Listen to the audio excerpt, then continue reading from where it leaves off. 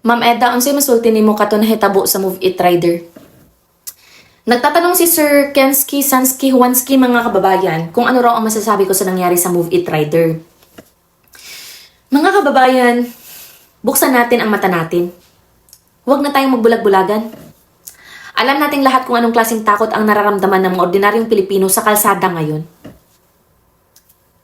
Nasaan na ang disiplina? Nasaan na ang takot sa batas? Gusto kong balikan natin ang ilang taon lang ang nakakalipas. Alam ninyo kung ano ang tinutukoy ko. Noong panahon ng nakaraang administrasyon, sino ang takot lumabas sa gabi?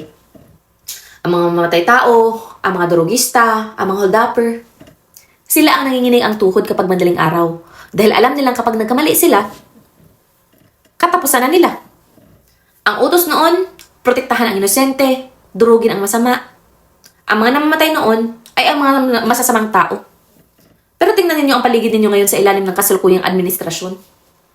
Sino ang namamatay? Sino ang tinatarget?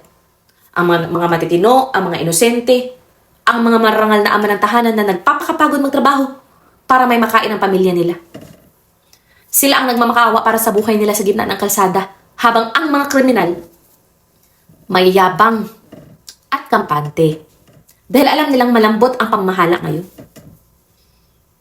July 14, 2026, isang malungkot na balita ang sumampal sa atin mga babayan. Si Fabio Norberte Jr., isang Move It Rider, isang single dad, isang amang mag-isang nagtataguyod sa 3 taong gulang niyang anak.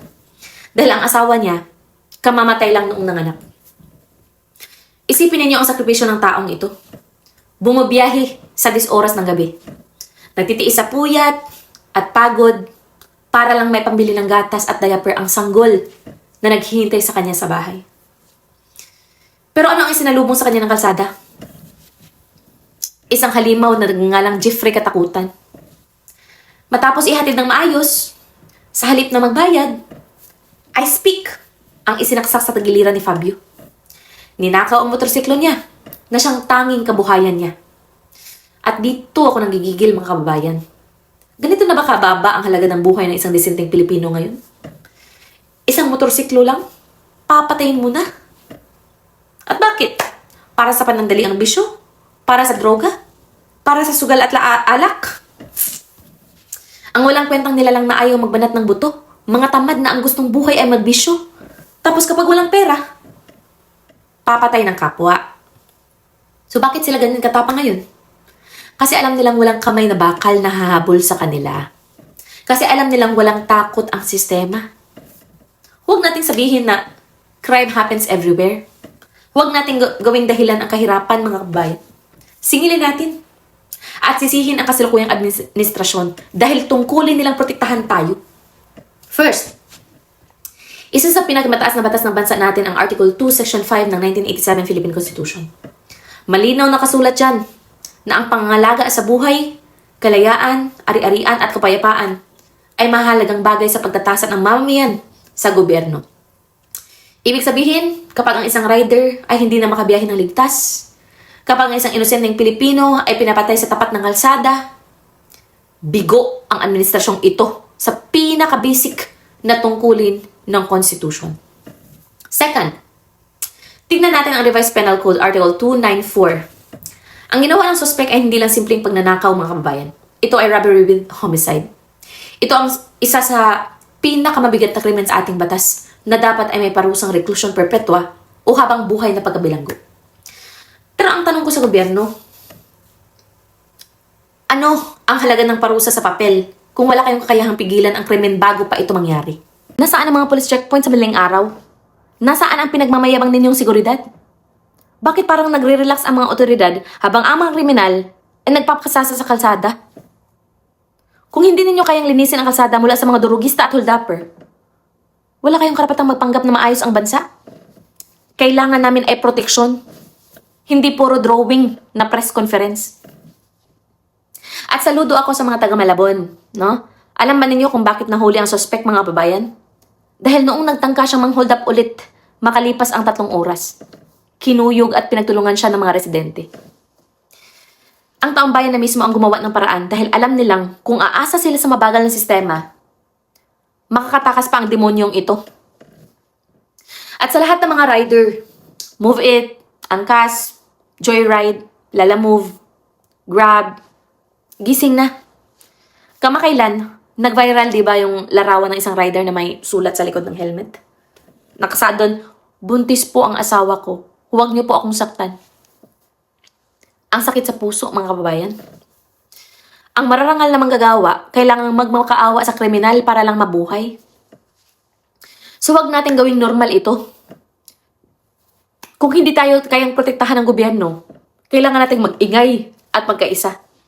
Makatakas man ang mga mamatay tao, ang mga adik at ang mga korap na yan sa mahinang sistema ng hustisya sa lupa ngayon, tandaan ninyo, ang mata ng Panginoon ay hindi natutulog. Gusto ko kayong iwanan ng isang aral, no? Para sa lahat ng mga nanonood ngayon. Sabi sa Exodus, chapter 21, verse 12, it says there, "He that smiteth a man so that he die shall be purely put to death."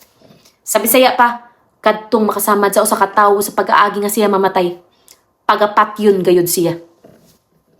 Sa Filipino mga kababayan, ang manakit sa isang tao na anupat mamatay ay papataying walang pagsala. Iyan ang batas ng langit para sa mga mamatay tao. Buhay ang kinuha mo, buhay din ang kabayaran mo. Walang piyansa sa impyerno mga kababayan.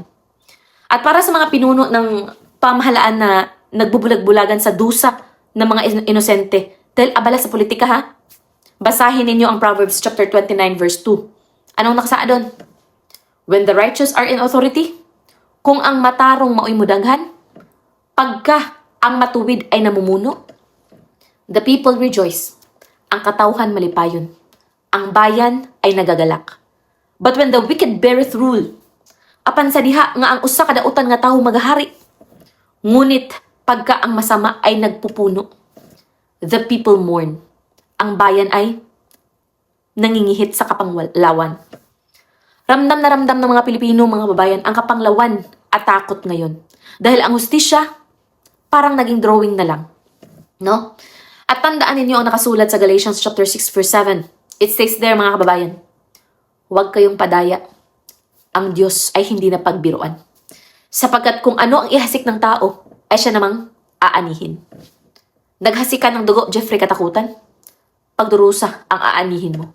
Hustisya ang aking sigaw para kay Fabio Norberti Jr. Isang 3 taong gulang na bata ang naulila ng lubos dahil sa panandaliang bisyo ng isang kriminal at sa kapabayaan ng kasalukuyang administrasyon. Hindi natin hahayaang mabaon sa libon ang kwentong itong mga kababayan. Believe me, kailangan na nating ibalik ang kamay na bakal at disiplina sa bansa. At sa lahat ng mga rider, mag-ingat po kayo palagi sa kalsada. At isang mahigpit na yakap po sa pamilya ni Norberte.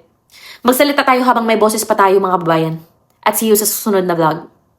Ingat!